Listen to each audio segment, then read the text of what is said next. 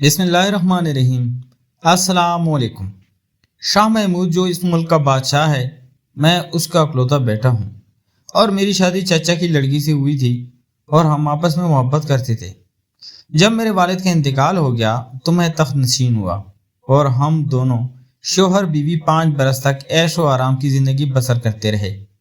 उस अरसा में मुझे अपनी बीवी के मुतालिक किसी किस्म का शक व शोबा नहीं था और एक दयानतदार और शरीफ आदमी की तरह उसके हर एक काम में एतमाद करता रहा। चनाचे एक रोज़ इत्तफाकन मलका हमाम में गई। दोपहर का वक्त था और मैं सोने के लिए लेट गया। दो खवातीन जो मलका के साथ हमेशा रहती थी मुझे पंखा करने लगी। थोड़ी देर के बाद ये समझी कि मैं सो गया हूँ, हालांकि मैं इस वक्त बिल्कुल जाग रहा था। चनाचे वो आपस में आहिस्ता आहिस्ता बातें करने लगी। एक बोली कि देखो हमारा बादशाह कैसा खूबसूरत नौजवान है, लेकिन मलका उसके बावजूद अदना से हबशी गुलाम से लगी हुई है और इस नेक आदमी को आज तक कोई इल्म नहीं है। दूसरे ने जवाब दिया कि इस बेचारे को किस तरह से खबर हो सकती है। मलका जब इस मुए हबशी से मिलने जाती है तो इसको बेहोशी की दवा पिलाया करती है। ये बात सुनकर मेरे होश व हवास जाते रहे और दिमाग सुन हो गया। मैं उस वक्त तक सोता बना रहा। थोड़ी देर में मेरी बीवी हमाम से वापस आ गई, लेकिन मैंने तहकीकात से पहले उससे कुछ न कहा और शाम को सोने के वक्त हस्बे मामूल वो मेरे लिए शराब का कटोरा लाई।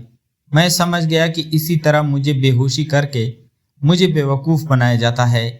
मैंने गिलास तो ले लिया, लेकिन मलका की आंख बचाकर उसको पीने के बजाय एक दूसरी तरफ गिरा दिया और ख़ुद सोने के लिए लेट गया। और जब मलका को यकीन हो गया कि मैं बेहोश हो गया हूँ तो उसने अरिया लिबास पहन लिया और बाहर की तरफ चल दी। फिर मैं बड़ी आहिस्तगी से बिस्तर से उठा और उसके पीछे पीछे रवाना हो गया। मलका यानी मेरी बीवी महल से निकलकर एक वीरान मैदान में आ गई, जहाँ एक हबशी गुलाम जो गालबन उसके इंतजार में टहल रहा था मौजूद था। जब मलका वहाँ पहुंची तो दोनों एक दूसरे से लिपट गए। फिर आराम व इत्मीनान से मोहब्बत की बातें करने लगे। मेरे तन बदन में गैरत की आग लग रही थी और मैं इसी जगह जाड़ी की आड़ में ठहर गया। जब वो हबशी गुलाम और मलका मेरे करीब से गुजरे तो मैंने तलवार से हमला कर दिया। गुलाम मेरे वार से जख्मी होकर गिर पड़ा और मलका यानी मेरी बीवी उस अचानक वार से परेशान हो गई थी, इसलिए मुझे पहचान न सकी और मैं इसको वहीं छोड़कर महल में वापस आया और अपने बिस्तर पर लेट गया। थोड़ी देर बाद मलका वापस आ गई और ये इत्मीनान करके कि मैं सो रहा हूँ, अब आप भी आराम करने लगी और लेट गई। और सुबह को मैं हस्बे मामूल दरबार में चला गया और अपना कारोबार सल्तनत अंजाम देता रहा। लेकिन जब मैं महल में वापस आया तो मैंने देखा कि मलका मातमी लिबास पहने बैठी हुई है और उदास है। मैंने दरियाफ्त किया तो कहने लगी कि मुझे अपने एक अजीज़ की मरने की इत्तला मिली है, इस वास्ते मातमी लिबास पहना हुआ है। क्योंकि मैं असल हालत से आगाह था इसलिए खामोश रहा।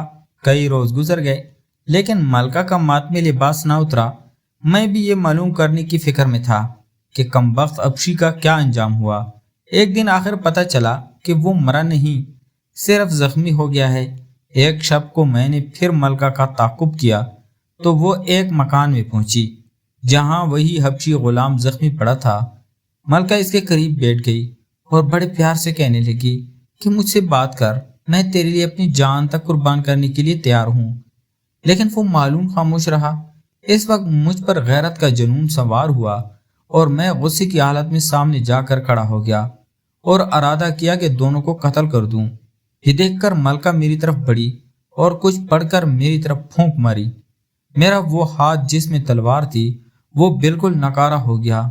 उसके बाद फिर कुछ पढ़कर बोली कि तू आधा पत्थर का हो जा। इस वक्त मेरा नीचे का दड़ पत्थर का हो गया। उसके बाद मुमलिकत की झील बना दिया और आबादी को मछलियाँ। फिर उसके चारों तरफ जादू के जोर से पहाड़ खड़े कर दिए ताकि दुनिया की नज़रों से पोशीदा हो जाए। और ये वही झील और मछलियाँ हैं। वो जालिम औरत अब भी अपने दोस्त हबशी गुलाम के साथ यही रहती है।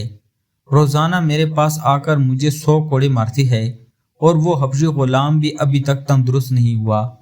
जब वो नौजवान अपनी मुसीबत की दास्तान बयान कर चुका तो बादशाह ने उसको तसल्ली दी और कहा कि मैं उन दोनों से तुम्हारा बदला लूँगा, सिर्फ तुम मुझे उनकी रिहाइशगाह का पता दो। नौजवान ने बादशाह को पता बता दिया। बादशाह नहायत एहतियात से उस मकान पर पहुंचा और देखा कि मलका का महबूब अबशी एक आरास्ता चप्पर कट पे आराम से सो रहा था। बादशाह दबे पांव अंदर गया और अबशी पर तलवार का भरपूर वार किया और इसका किस्सा तमाम कर दिया। उसके बाद अबशी की लाश दूसरे कमरे में छुपा दी और खुद कपड़ा ओढ़कर इसी छप्पर कट पर लेट गया। थोड़ी देर बाद फिर वो बदकार मलका आ गई और ये मोहब्बत भरे अंदाज से कहने लगी, आखिर प्यारे तुम मुझसे क्यों नाराज हो और मुंह से क्यों नहीं बोलते? मैंने तुम्हारे इंतकाम में तमाम सल्तनत को बर्बाद कर डाला और अपने शोर को आद पत्थर का बना दिया, और फिर तुम पर हाथ उठाने की जुर्रत में मैं अब तक 100 कोड़े रोजाना मारती हूँ। बादशाह जो कि हबशी की जगह लेटा था, वो मरीजों की तरह बहुत आहिस्ता से बोला कि तुम अपने शोहर को रोजाना मारती हो और इसकी चीखों पुकार से मुझे तकलीफ होती है। मैं चाहता हूँ कि तुम इसको अपनी असली हालत में लौटा दो और उन तमाम लोगों को भी अपने शहर से निजात दे दो जो मछलियाँ बने हुए हैं, इस झील में बैठे हैं, और इस ममलकत को भी इसकी असली हालत में कर दो, क्योंकि ये सब मेरे लिए बदवा करते हैं, इसलिए सेहत नहीं होती। मलका ने कहा, मेरी जान, ये कोई बड़ी बात है, मैं अभी सबको वैसा ही कर देती हूँ जैसे पहले थे। चुनाचे मलका ने शहर का तोड़ पड़ा और हर शय अपनी असली सूरत में आ गई, तो वो नौजवान भी मुसीबत से रिहा हो गया। ना वो झील थी ना वो पहाड़, बल्कि एक आबाद मुल्क हो गया। बादशाह की फौज जो उसके हमरा आई हुई थी खुद ब खुद दूर हो गई, क्योंकि ये इलाका शहर की वजह से बादशाह के मुल्क के करीब नजर आता था, वरना असल में काफी दूर था। जब मलका उससे फारिग हुई तो फिर हबशी गुलाम के पास आई, क्योंकि अब तक वो यही समझ रही थी कि चपड़काट में महबूब सो रहा है, और कहने लगी कि मैंने तुम्हारे हुक्म की तामील कर दी है, खुदा के लिए अब तुम मुंह खोलो और मुझसे बात करो। बादशाह जो हबशी की जगह लेटा हुआ था उसको करीब आने का इशारा किया। मलका जो ही उसके करीब पहुंची तो उसने उठकर तलवार का ऐसा वार किया कि सर जुदा होकर दूर जा गिरा। उसके बाद बादशाह वहां से निकला और उस नौजवान को तलाश किया जो यहाँ का बादशाह था। फिर उसको हमरा लेकर दोनों मालूनों की लाशें दिखाई। ये देखकर शहजादा कदमों में गिर पड़ा और बहुत शुक्रिया अदा किया। कुल रियाया के हालात का इल्म हुआ तो सब खुदा का शुक्र बजा लाए और बादशाह के ममनून एहसान हुए। इस काम से फारिग होकर बादशाह अपने मुल्क की तरफ रवाना हुआ और इस नौजवान शहजादे ने भी साथ चलने की दरख्वास्त की और दोनों बादशाह दारुल हुकूमत की तरफ रवाना हुए। जब अपनी सल्तनत के करीब पहुंचे तो बादशाह ने वजीर को इतला दी। वहां सब परेशान थे। ये खबर सुनकर सब खुश हुए और इस्तकबाल करके अपने बादशाह को शहर में लाए। कुछ अरसा गुजरने के बाद बादशाह ने अपनी लड़की की शादी नौजवान शहजादे से कर दी और अनान हुकूमत भी उसके सुपर्द कर दी। खुद बैतुल्ला को चला गया और वहीं इंतकाल हुआ। तो प्यारे दोस्तों, मैं उम्मीद करता हूँ आपको आज की कहानी पसंद आई होगी। अगर आपको हमारी कहानियाँ पसंद है तो हमारे चैनल को लाइक और सब्सक्राइब ज़रूर करें। शुक्रिया।